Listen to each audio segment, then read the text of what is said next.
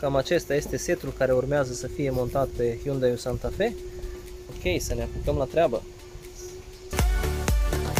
Și prieteni, astăzi o să schimbăm sistemul de navigație la acest Hyundai Santa Fe. O să vă arătăm imediat etapele. Primul pas este darea trimului jos. Tragem de el, are niște clipsuri cu care este prins în bord.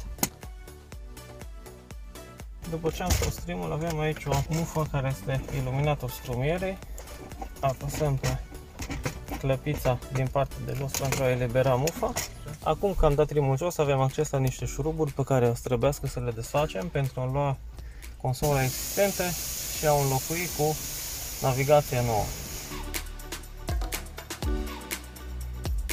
Aici sus avem și aici două șuruburi, unul este aici și unul este în partea asta.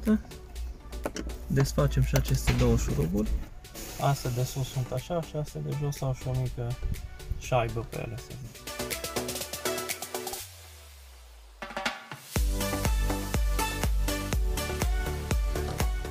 Următorul pas, tragem ușor de această consolă centrală înspre afară. Ea este prinsă în niște clipuri pe care o să vi le arăt imediat.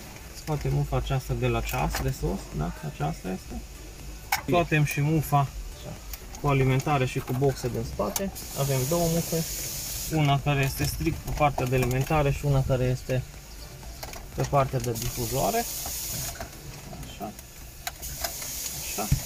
Scoatem de asemenea și antena și mai avem încă o mufă care este de la antena GPS. În partea de jos avem încă niște mufe care trebuie scoase, sunt mufele de pe partea aceasta de la avarii și dezaburire față-spate, scuze. Scoatem mufele fără.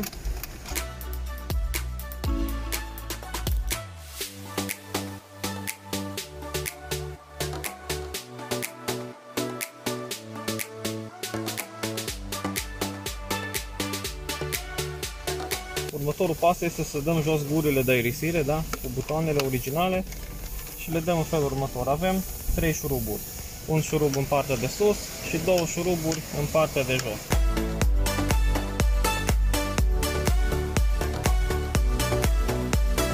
Ok, avem și niște cleme aici. Una, două.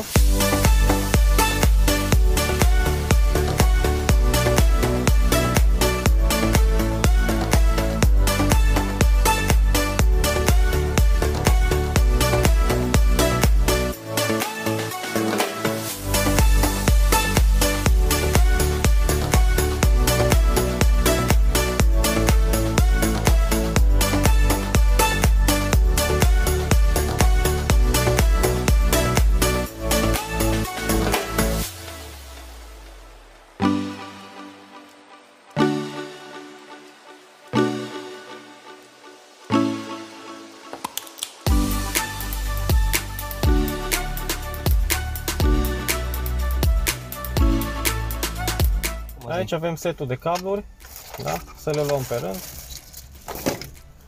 Acesta este setul pentru monitoare dacă avem, sau amplificator extern, subwoofer și așa mai departe. Da? Aici avem amplificatorul, dacă cumva avem amplificator să fie pornit automat când pornim casetofonul sau navigația, cum vreți să spunem. Aceasta se conectează aici. Așa. Noi nu o să o folosim pentru că nu avem alte chestii externe care intră în el. Următoarea este mufa de alimentare. Odată cu navigația veți primi mai multe modele de mufe pentru că diferite mufe. Mufa în partea aceasta este la fel, este mufa care intră aici, mufa principală, alimentarea și sunetul. Și mai avem de asemenea în partea asta la altă niște mufe diferite, da? Avem așa, conexiune de genul acesta pe care noi nu avem. Avem conexiune așa pe care noi am putea să folosim, da? Fiindcă avem contra mufa la asta, dar avem minusul adus din altă parte pe mufa aceasta de alimentare și nu vom putea folosi direct pe aceasta, așa că o să folosim pe aceasta, da? Aici vom pune aceste două boxele și alimentarea.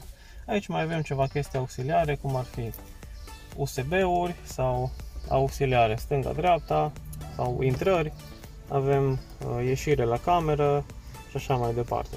Noi o să folosim strict firele, strict mufa aceasta, da? O să punem, se va băga aici așa și se va alimenta. Ok. Următoarea mufă este antena GPS. Da? Aceasta este antena GPS.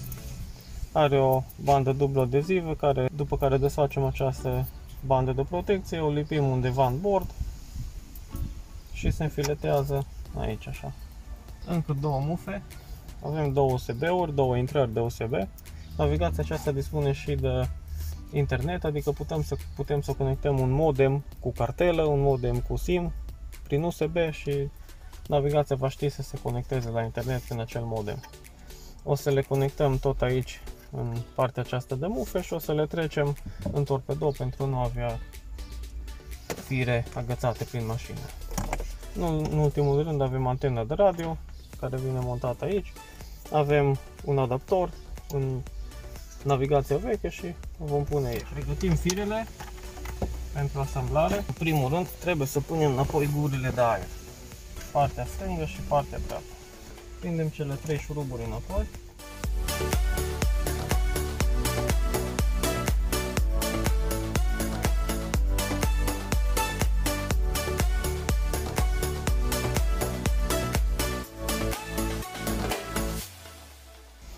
Gurile de aer sunt montate. Trecem cablul de USB în torpedo.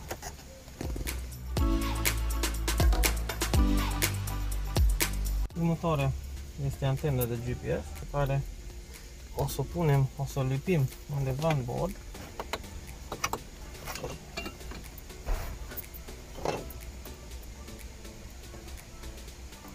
Ajustăm lungimea firului. Începem să conectăm cablurile, partea din spate, venim cu mufa de alimentare și audio pe care o plasăm aici. Antena radio o vom pune după ce îl punem la loc, fiindcă este mai scurtă. Avem cablurile USB care vin montate aici. Se pot introduce într-o singură poziție, având codare într-o parte. Așa. Antena de GPS este cu filet. Se poziționează peste mufă și strângem șurubelul care va închide contactul între antenă și aparat. Strângem la mână cu simț un pic pentru a o pune la loc. Okay. După ce am apropiat un pic navigația de bord, vom introduce și antena de radio.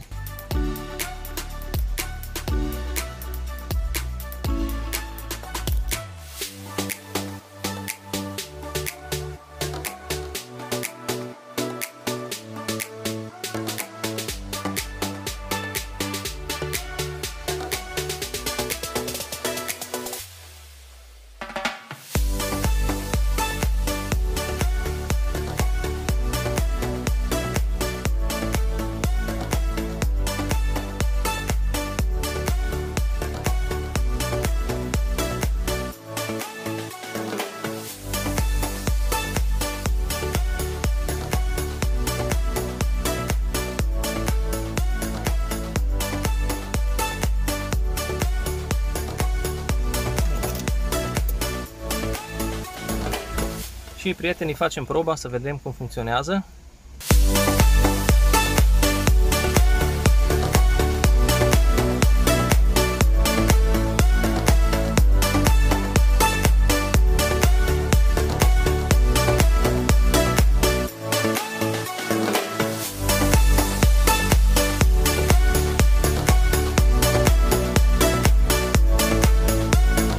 Acum descărcăm Waze-ul.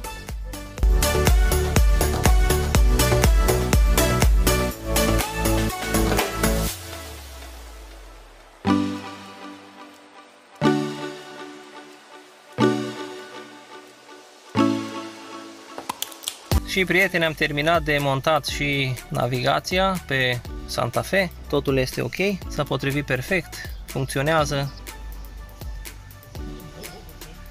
Super! Ne revedem data viitoare!